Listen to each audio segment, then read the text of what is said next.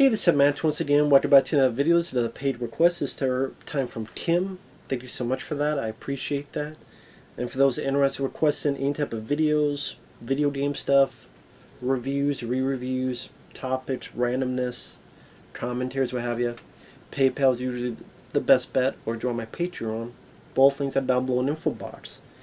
And this time, talking about Baby, Secret of the Lost Legend from 1985, which I believe is out on Blu-ray, but I have it here as part of this set with Camp Nowhere, and there is Baby, Secret of the Lost Legend.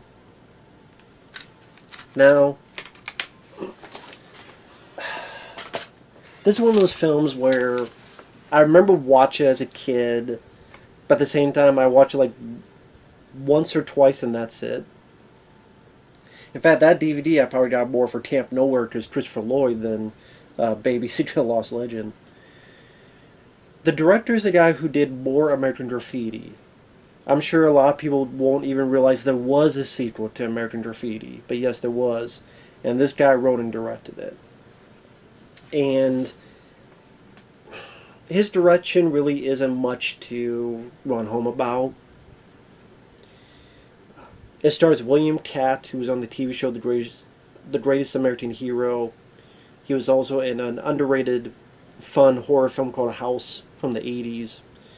Him and Sean Young from Blade Runner, among the 80s version of Dune, they star in the film. You also have Patrick McGoohan, who is in this TV show The Prisoner, which has become a cult fave throughout the years.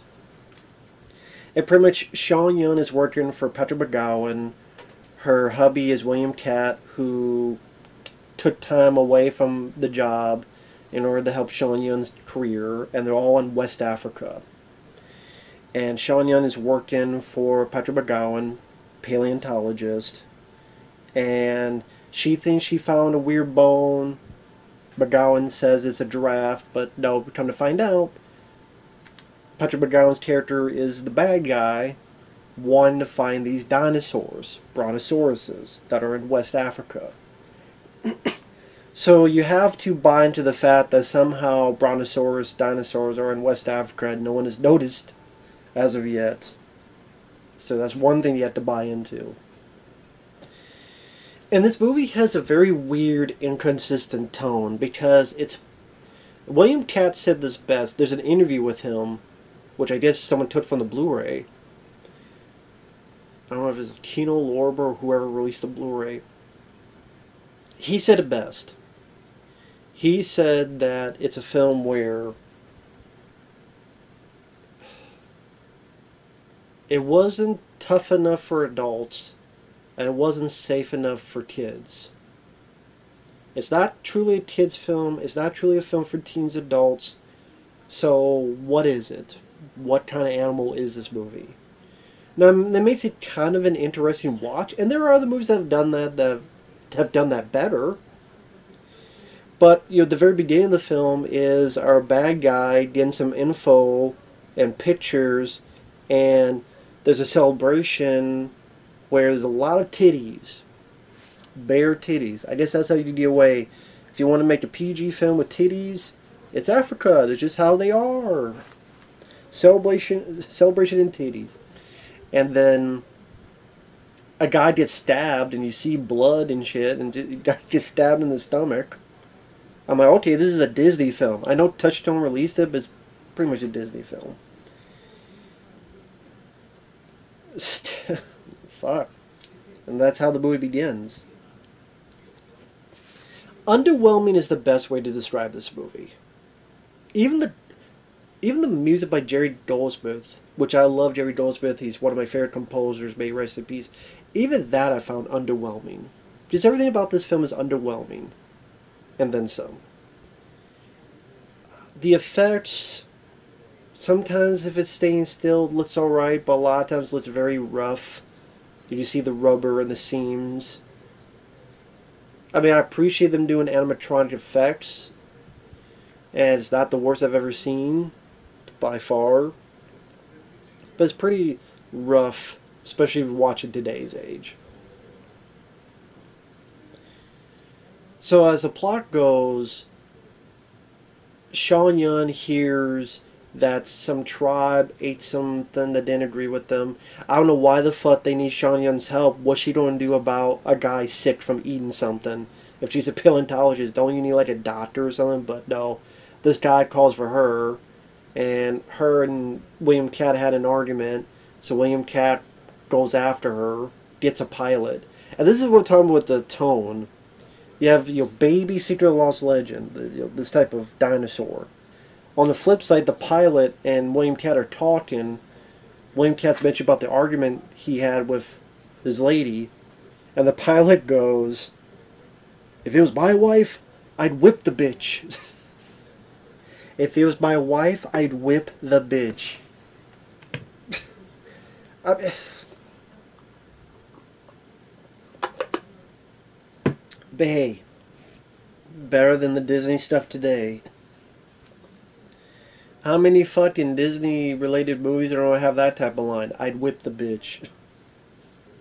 Now, William Katt I like. I mean, he's not even much to do, but I like him because I think he's personable. I think he's trying. Like, there's a bit where, when he gets with Sean Yun, and there's a point where they're with this tribe, and the tribe's getting him to eat something, and he does, and he's like, this is crap-a-rama. Okay, dead ants, live ants, I'm gonna die. And he gives his candy bar to the tribesmen. I like this little touch that a lot of times, like, oh my god, this is the best food ever, but he does the same thing William Katt does. He eats it, but then when he turns, the tribesman spits it out. So, it just made things a little bit different, that they weren't just, oh my god, this is the best thing ever. They're not used to that food, so to them, candy bar tastes like crap. This is what they grew up with. It's their palate. Is the ants and all that shit. So I like that a little bit. But the bad guys, Patrick McGoohan and this pretty much militia he's gotten, they found the Brontosauruses, they killed the dad, they drugged the mom, but our two leads get the baby, and they get out of there. And they try to put some cute stuff, them playing with it in the water, feeding it. It comes in and sleeps with them in the tent. This very weird scene where William Katt wants to get laid badly. I'm like, you're in the middle of the jungle.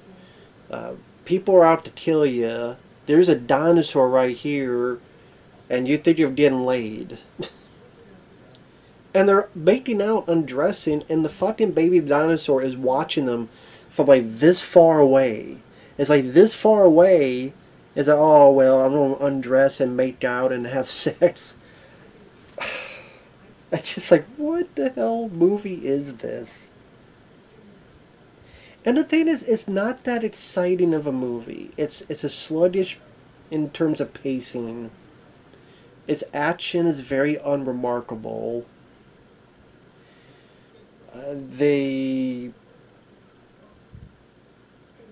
I'm not a big Sean Yun fan. I like William Katt. Sean Yun, I was never big on her. I wasn't even big on her in Blade Runner. I could deal with her, but I didn't. She's not one of my favorite actresses, especially in that time period. You know, I would gladly take Sigourney Weaver, or even Linda Hamilton, or a variety of other folks. So like I said, that stuff happens. They get chased a bit. They wander through the jungle. Now there's a point that they get caught, and they get put in this chopper, and they have a little bit of struggle, and they both help kick a guy out, which is funny, because it gets to a wide shot of the chopper, and the guy falls, like, slow, like this. I guess maybe they did that because they thought if it went faster, it would look more like a mannequin, but it just looked silly. Like, everything's in slow time, like,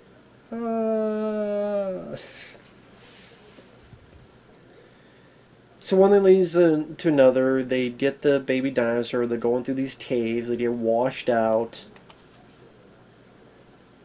They're not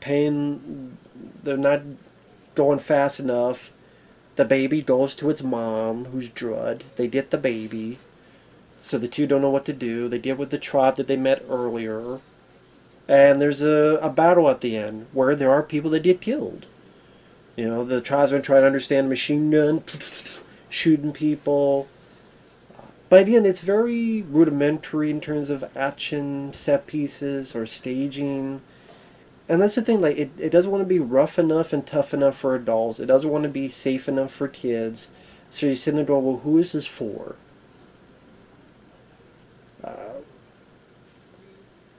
And again, the story isn't... Maybe it has potential to be interesting, but there's no sense of awe or wonder with these dinosaurs. Again, the effects hurt it a bit. For I understand, some of the people involved were not the happiest with the look of the dinosaur. Something about how the director wanted more months to fine-tune it, but they didn't get it. And then, for what I understand, it was a very rough shoot. It was a very rough shoot. When they're shooting the water, right over there would be crocodiles. There's a point where they almost got killed, and they literally had to go all the way around the place in order to go around so they wouldn't be chopped up. William Katt was being nice about it, but you get a sense that Sean Young was tough to deal with. He's like, oh, she had a reputation, and you know, it took some time, but you know, she was nice. I have a feeling that if he was more blunt, it'd be a lot more to that.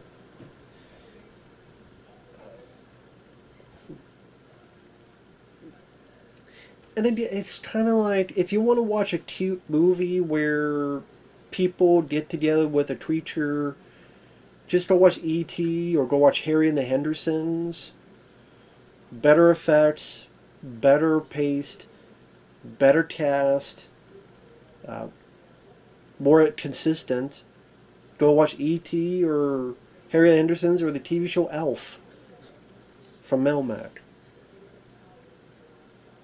I mean, there weren't a ton of... Or you want to watch a kid's film with dinosaurs, you can watch Land Before Time. And of course, many years later, there'd be Jurassic Park. I mean, I know I'm not as angry, but I probably would rather watch Lost World Jurassic Park 2. Which I know that one I was a bit more angry on because I thought it was disappointing compared with the first movie. I think with Spielberg and Jeff Goldblum as the lead, I expected more. But on the flip side, if you're asking which I would rather watch, it's bright spots I would rather watch over this movie again. I wasn't big on this. I mean, other than not minding William Katt as an actor, once in a while the Brontosaurus looked alright in terms of, I appreciate what they tried to do practical with animatronics, but like I say, it looks rough. There are wide shots where you just see kind of the rubber kind of bending, the seam showing, and the way it moves. Like, they can only do so much. The finale, when the mama Brontosaurus is trying to run through the village, it looks like a lesser Godzilla movie, but Godzillas have a bit more charm to them. A lot of those movies. And then the Brontosaurus is like catching up with the Jeep that the bad guy's in. And there's this bad shot where it's like the back of the Brontosaurus and its head and its long neck. And the neck especially, you see like it's almost ready to fall apart, it looks like. Like the seams and stuff in it. So if it's, you see the back of his head, you see his long neck, and you see like a Jeep over here. It's like, and the head's almost like cracked over here. And it kind of ruins the illusion, so to speak. So, and like I said, William Katt is trying, but there's not much to these characters in terms of personality. Like, William Katt tries to bring a little bit of it. Sean Young is very bland. Very, very bland in her performance. And like I said, there's not a lot of action or spectacle or suspense or... I can see why it gets a 5.1 on IMDb. In fact, I would give it lower. I could definitely see why the critics tore this apart. It's a very lame film. It's a very lame film that... I don't know.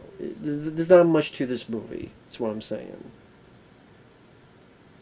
Maybe if you're really, really a sucker for the 80s like I am, and it's a curiosity piece, I think it's one of the early Touchstone films. Just Disney had Touchstone to release a little bit more of their not just for kids entertainment. Maybe some could enjoy the practical effects more than I did. But it's not really much of an adventure. Like, they wander through the wood, the jungle. There's not a lot of excitement. I did a couple wannabe two-step with the dinosaur. Going through the caves at one point, being washed out, that little helicopter bit. But not a whole lot. The finale, there's a bit there with the militia and the tribe fighting each other. People getting shot with arrows and stuff. William Katt gets on a motorcycle at one point. Gets on top of the bad guy's Jeep, but he gets thrown off immediately. And then him and Sean Young get on a motorcycle to try to stop the Jeep that's carrying the baby dinosaur. And they're able to stop it. And then the mama dinosaur... Spoilers. Sorry, super spoilers. The mama dinosaur chews up our bad guy. Like, grabs him, drops him. You see a little bit of blood.